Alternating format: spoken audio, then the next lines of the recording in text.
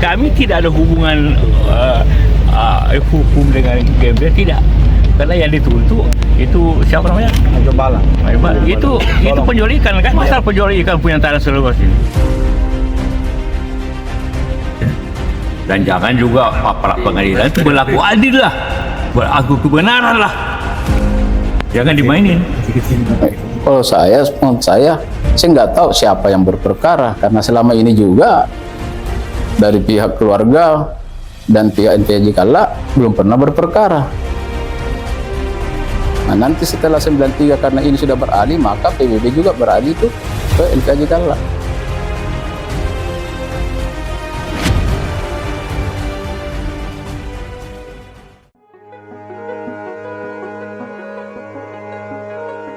Di balik sengketa 16,3 hektar tanah di Metro Tanjung Bunga, ada jejak yang tak sekadar tumpukan berkas. Rantai administrasi berdiri rapi di dalamnya. Di sisi lain, muncul nama-nama yang tak saling terkait, hingga hadirnya lembaran-lembaran berkas usang yang tak jelas dari mana asalnya. Di balik kekacauan itu, ada satu bayangan yang terus membesar.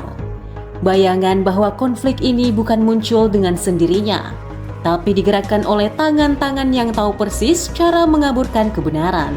Ada tangan yang bekerja dalam diam, mengatur, memelintir, hingga memalsukan dokumen negara. Disinilah bayang-bayang mafia tanah mulai terkuat. Rekaman angka dan dokumen sengketa tanah seluas 16,3 hektar di Tanjung Bunga menunjukkan pola yang jauh lebih terstruktur daripada sekadar klaim saling sahut di lapangan. Di dulunya ini, sebelum jadi empang ini adalah daratan.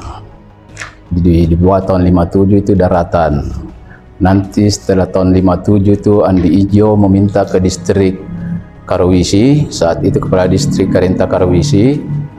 Maka tahun 97 itulah dibuat empang secara manual. Jadi Andi Ijo sendiri ini merintahkan untuk membuat empang yang berbatasan langsung dengan laut. Jadi sampai tahun 68 Andi Ijo menghibahkan melalui, dulu pakai masih kertas segel, ke putranya yang bernama Andi Palaruka. Nah, nanti setelah tahun 90 baru di administrasi dibalik nama. Jadi setelah dari Andi Ijo beralih ke Andi Palaruka tahun 90. Setelah beralihkan Andi Palaruka telah menghibahkan ke anaknya 3. Satu atas nama Andi Batari Toja itu 4 hektar. Satu Andi Pangurisang itu 4 hektar, dan satunya Andi Erni Palaruka itu 4 hektar, jadi keseluruhan 12 hektar. Adapun peralihan setelah dimohonkan untuk surah ukur pada tahun 93 terbitlah keseluruhan tercapai 13 hektar, 4. Dari surat hibah yang masing-masing 12 hektar dialihkan oleh ahli warisnya berdasarkan akte hibah, ada tersisa 1,4 berdasarkan kuasa para ahli waris dikuasakan kepada Andi Mangindul Patemba, orang tua saya. Yang sisa itu yang dialihkan langsung ke PT Ajikala.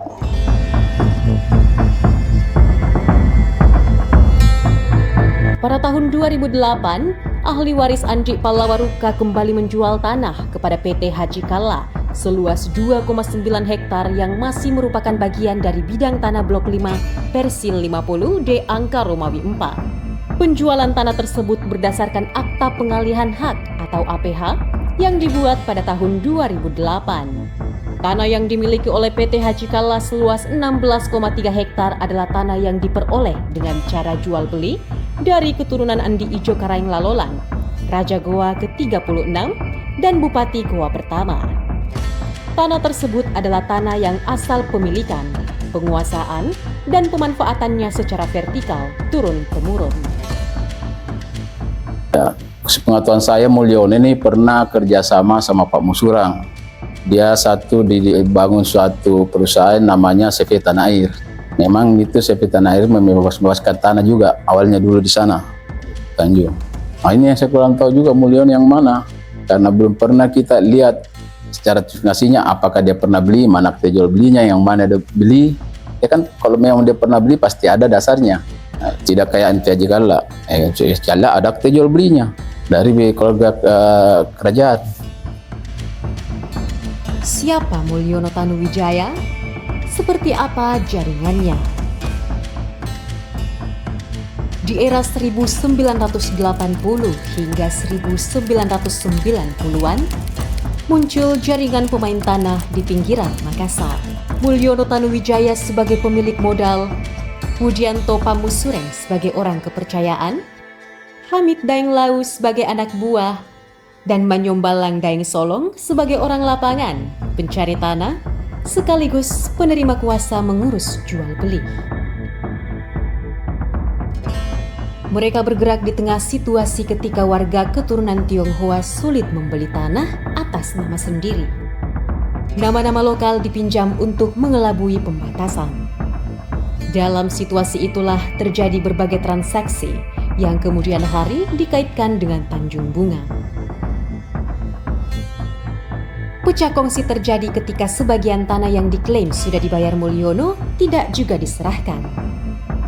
Dari titik inilah diduga muncul transaksi yang tumpang tindih dengan lahan 16,4 hektar milik NV Haji Kalla. Tahun 2000, perkara perdata nomor 228 PDTG 2000 PN Makassar bergulir di Pengadilan Negeri Makassar.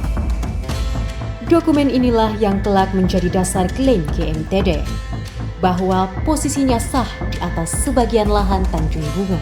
Namun ketika jejak administrasi perkara ini ditelusuri ulang lebih dari 2 dekade kemudian, fondasinya tampak rapuh.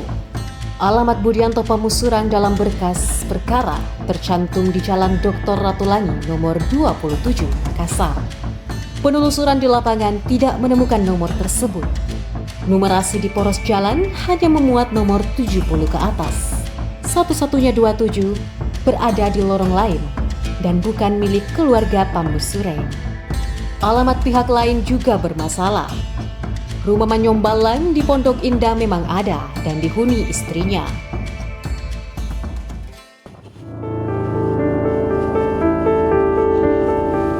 Ya biar dulu itu di sini almarhum ada juga, maksudnya kalau masalah begitu dia tidak mau bicara sama kita ini, istrinya.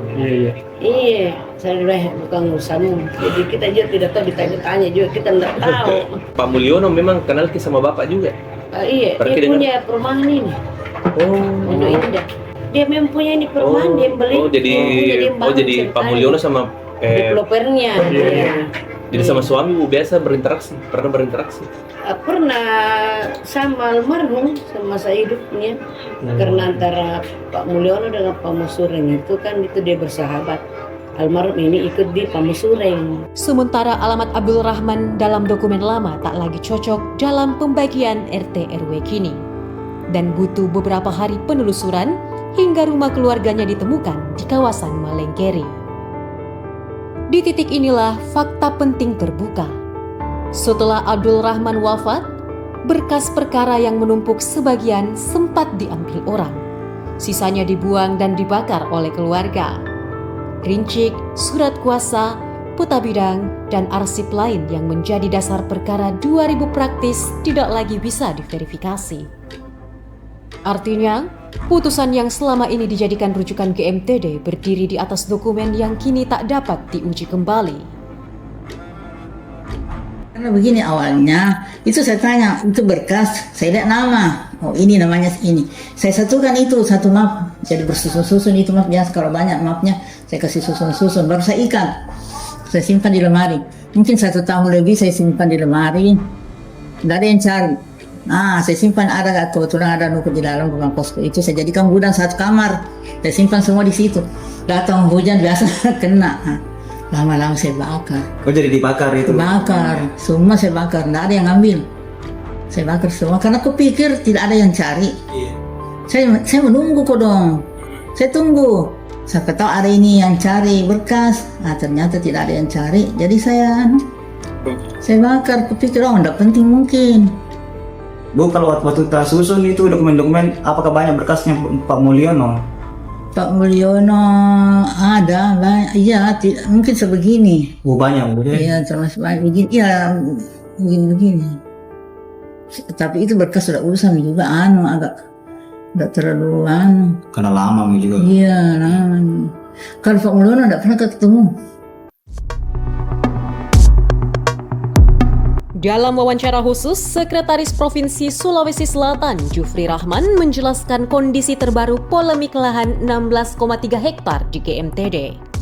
Ia mengungkap bahwa sejak awal, saham Pemprov di GMTD terus mengalami delusi. Kita itu ketika GMTD baru dibangun, itu cukup besar. Tapi kemudian setiap tahun terdelusi. Karena Lipo Tulus tambah modal.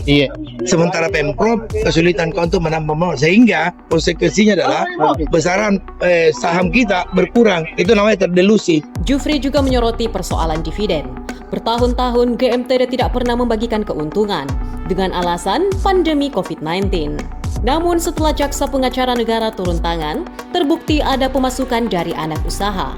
Tahun lalu untuk pertama kalinya Pemprov menerima kontribusi sebesar 303 juta rupiah. Ia juga menegaskan bahwa kontribusi GMTD kepada Pemprov selama ini dapat dikatakan minim. Menurutnya dalam sengketa ini, sertifikat milik Yusuf Kalla terbit lebih dulu dibanding pihak lain yang saling mengklaim. Namun ia menegaskan pemilik awal tanah tersebut adalah tanah adat milik Raja Goa. Siapa yang membeli atau mewarisi setelahnya harus dibuktikan secara hukum dan sejarah. Di tengah sorotan publik, pemerintah Kota Makassar menghadapi pertanyaan besar tentang turunnya porsi saham di GMTD. Wali Kota Munafri Arifuddin menegaskan, ini bukan sekadar angka, tetapi bagaimana sebuah aset dikelola, dimanfaatkan, dan berdampak untuk daerah. Dari sudut pandang mana dulu yang harus kita lihat? Nah tentu ini harus dilihat secara komprehensif ke depannya. Nah kalau tidak memberikan keuntungan, ya kita akan bicara persoalannya ini adalah utilisasi aset yang diselenggarakan oleh mereka. Nah, seperti itu. Jadi kami akan duduk dulu sama-sama dengan pemegang saham yang lain. Ya. Karena bagi Pemkot, bukan hanya soal dividen yang menurun, tetapi bagaimana masa depan aset publik dapat memberi manfaat nyata bagi masyarakat.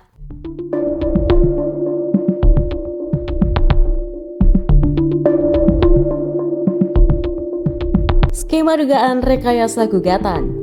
Tanah 16,4 hektar di Tanjung Bunga ini punya garis cerita yang sebetulnya sederhana. Dulu tanah kerajaan Goa dihibahkan turun-temurun lalu dijual sah ke NV Haji Kalla. Dan sejak 1996 tercatat resmi di BPN serta dikuasai Yusuf Kalla. Pajak dibayar, lahan ditimbun, dipagare, dan dikelola tanpa keberatan yang berarti selama bertahun-tahun. Di luar alur itu, muncul jaringan klaim tandingan dengan kwitansi lama, dokumen yang kabur, hingga gugatan dari pihak yang identitas dan alamatnya tak jelas. GMTD masuk lewat jalur sertifikat berbeda, namun di lapangan membawa narasi seolah menguasai bidang tanah yang sama. Lalu lahirlah eksekusi tanpa konstatering dan tanpa dasar putusan pengadilan yang benar-benar terang. Pernyataan Sekprov Sulawesi Selatan tentang garis warisan keluarga adat serta penegasan Menteri ATR BPN soal sertifikat ganda dan kekacauan administrasi justru menguatkan dugaan adanya rekayasa di balik sengketa ini. Jika memakai ukuran tertib dokumen, urutan penerbitan sertifikat, penguasaan fisik, dan kesaksian para pihak, posisi Yusuf Kalla tampak paling konsisten. Pada akhirnya pertanyaannya tinggal dua, siapa yang memalsukan dan siapa yang paling diuntungkan dari semua kekacauan ini? Sampai sengketa ini benar-benar dibongkar tuntas, Tanjung Bunga menyimpan satu kehilangan yang lebih besar dari sekadar tanah, jejak kebenaran yang masih belum juga ditemukan.